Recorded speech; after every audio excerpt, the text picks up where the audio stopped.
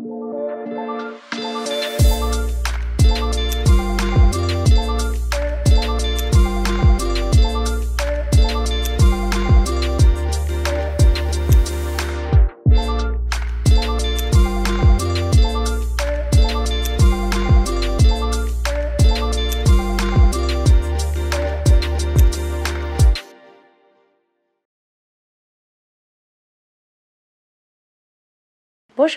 Bonjour. Est-ce que vous pouvez vous présenter? Bien sûr. Alors mon nom est Christine Walter Bonini et je suis donc la présidente de l'AICP, l'Académie internationale de Coupe de Paris. Est-ce que vous pouvez un peu nous présenter votre parcours? Tout d'abord, travailler dans une entreprise coréenne à Paris. Et puis ensuite, je me suis occupée de salons professionnels. Je cherchais des jeunes créateurs dans le monde entier et je les accompagnais pour un salon dans le masculin qui s'appelait le SEM. Puis ensuite, j'ai créé mon propre salon avec un associé japonais qui était le président de Yohji Yamamoto, qui s'appelait Casabo, ce salon. Ensuite, j'ai travaillé pendant de longues années à Esmod, j'ai dirigé le groupe. Et ensuite, je suis arrivée à l'AICP avec une grande joie, puisqu'en fait, là, on est focus sur la technique et c'est la base de la mode. Pouvez-vous nous présenter les différentes formations de l'école? Alors à l'école, comme je le disais, donc, nous focusons sur la technique et nous formons au métier de modéliste. Dans le métier de modéliste, il y a des tonnes de petits métiers et c'est très diversifié. Alors à l'école, nous avons un cursus de 3 années. Première année où on découvre les bases. Deuxième année où on rentre dans le vif du sujet en adoptant les méthodes spécifiques à l'AICP, les méthodes Darroux-Vauclair. Et ensuite en troisième année, où là, on termine par un bachelor qui est reconnu en France et à l'international. Il y a combien de professeurs en tout? Alors, en termes de professeurs qui sont, j'allais dire, permanents, il y a 8 professeurs. Et puis ensuite, nous avons des personnes qui sont professionnelles ou qui sont hors des matières techniques qui interviennent. Et là, ça représente environ 7 personnes. Et il y a combien d'élèves par classe et combien de classes il y a? Alors, il y a à l'heure actuelle 8 classes et il y a maximum 22 étudiants par classe. Alors, quels sont les atouts de votre école? Alors, les atouts de l'AICP, c'est assez simple. C'est une école qui existe sur Paris depuis 1830, donc bientôt 200 ans, donc elle est très connue. Elle a évolué, évidemment, avec les évolutions de notre secteur et des métiers.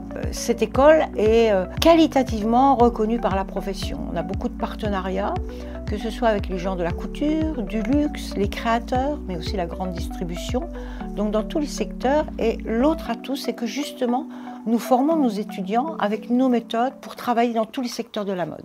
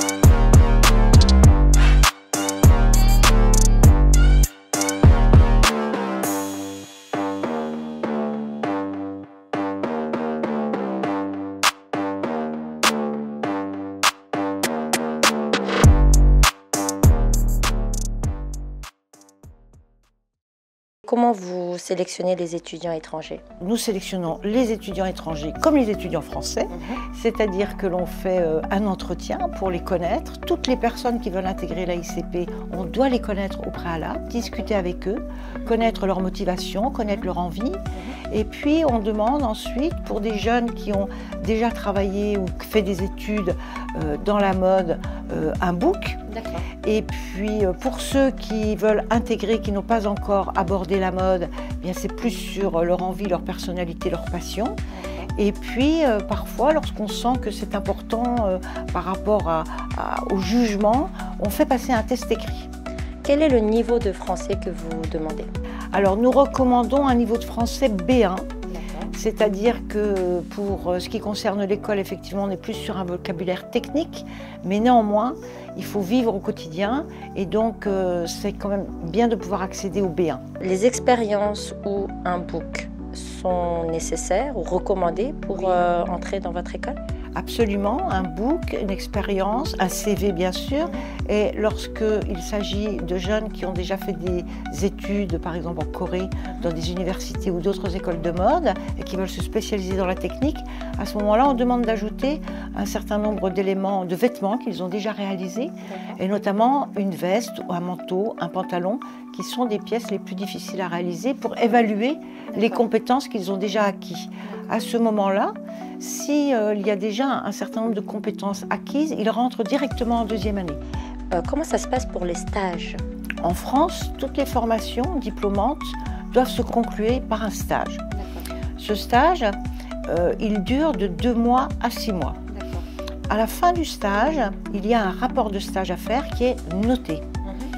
Ces stages, ici à l'école, nous avons des gens qui soutiennent les étudiants et qui les aident à trouver des stages dans les entreprises. Nous trouvons ensemble des stages pour tout le monde avec l'aide et l'énergie de l'étudiant, bien sûr.